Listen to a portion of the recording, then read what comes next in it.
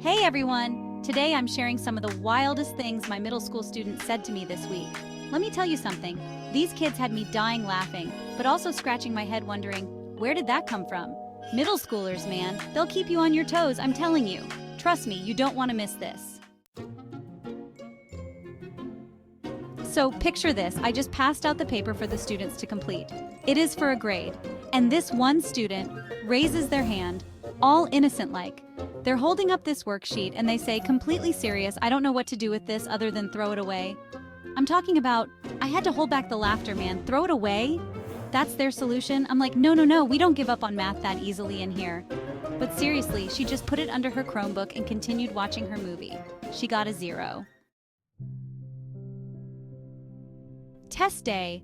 All right, so we're fixing to start our test. Important stuff, you know, fractions, decimals, and percents. This one student, they look at me with these big, confused eyes, and they're like, I don't know how to change from a decimal to a percent. Now I'm thinking, we've been over this a million times. It's just moving the decimal 2 places. But I gotta keep my cool, right? I'm the teacher. I explained how this was test day and they should have paid more attention in class. Maybe next time they will. It's their grade, not mine. Test day. The air is thick with tension and you can almost hear the collective heartbeat of the room. Kids are nervous, pencils are tapping. Everyone is on edge, waiting for something big to happen. I hand out the tests and make it clear. Everything gets turned in at the end of the period. No exceptions. One student tries to pull a fast one. You can see it in their eyes, thinking they can outsmart the system. As I'm collecting tests, they state, I was going to take my test home to finish. Why can't I? I'm like, hold up, what? Did you really just ask that? Did you not hear me? The rules are there for a reason, and they apply to everyone. I explain again, you can't take a test home in the middle of a timed exam. She tried to actually get an attitude with me. I told her she needed to realize who she was talking to. I know she wanted to take that test home, so she could get help with it, or get someone else to give her the answers. It's not just about this one student. The idea that rules are negotiable is becoming more common. They need to learn to take time seriously and use it wisely. She got a 0 on the entire test. She only answered 4 problems that she got all wrong. There were only 13 questions and they had 60 minutes. Maybe next time she will actually try to work hard throughout the duration of the test. Chapter 4. Y'all be quiet now, or y'all will have to deal with me. I love my students. They bring energy and life into the classroom, but sometimes they get a little too chatty. It's like they've had a gallon of sugar for breakfast. We are fixing to start a test, but the noise level is too high. It's like I'm competing with a rock concert. Then, this one student, a tough football player, stands up, and in his deep voice he said, y'all be quiet now, or y'all will have to deal with me. The whole class freezes. I was so tickled that he stood up for me. It was so serious yet sweet. This kid, a solid, heavy-set football player, is threatening the whole class? But it worked. The class got quiet and I started the test. It was like magic. Sometimes you gotta let the tough ones with a commanding presence handle business. They have their own way of managing things. It made me realize that leadership can come from the most unexpected places. And it's moments like these that remind me why I love teaching. Next time the classroom gets noisy, I might look to my football player for help. No cap. Chapter 5. I didn't know I had to turn them in. Okay, so we've been working on assignments for 4 weeks, right? About 5 graded assignments needed to be completed. I reminded them every single day. Make sure you're working on your assignments. Get them done. Most assignments are just late at this point. It would be nice for the students to just turn something in. Yep, this one student, there's always one. I ask, where's your work? And they hit me with the classic, I didn't know I had to turn them in. The blank stare, the innocent act, the whole 9 yards. At that point, you just gotta laugh from shock, man. If that wasn't a flat-out lie, I don't know what is. It's their 0, not mine. Chapter 6. What's up, witchu? You know those days, right? When the kids won't stop talking for nothing. It was also test day. I am firm on the room will be silent because all students deserve the right to a quiet environment during testing. I said sternly to the class, sit down and be quiet. Enough. And this one student, he looks at me and in the most concerned, empathetic voice he says, what's up, witchu? I'm talking about this tough football player who usually can't sit still and remain quiet for 2 seconds, could sense my mood. It was actually kind of sweet.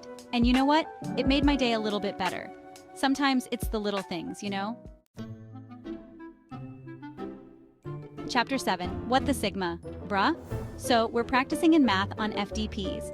Explaining that percent means percent per 100. I then state how cent means 100 and how there are 100 pennies in $1. This kid blurts out, "What the Sigma, bruh?" I say to him, "Excuse me?" Again he said, "What the Sigma, bruh?"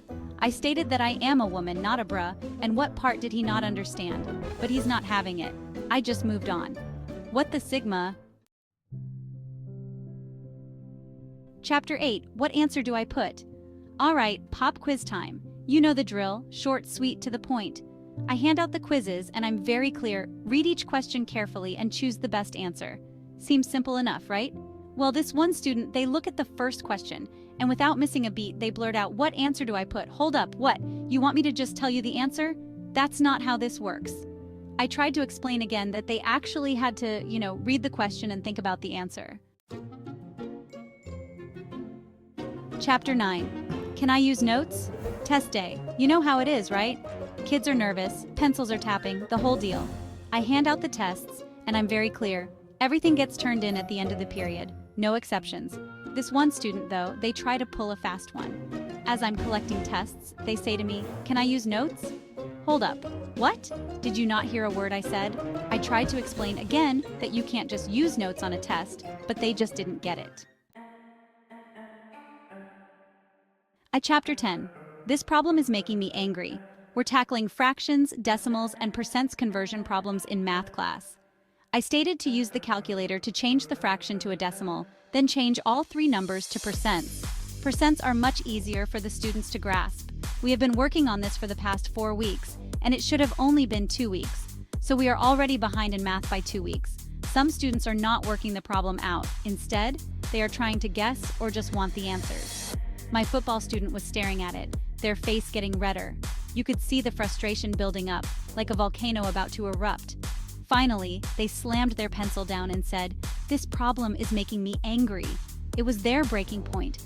And honestly, who hasn't felt that way about a math problem? I had to stifle a laugh.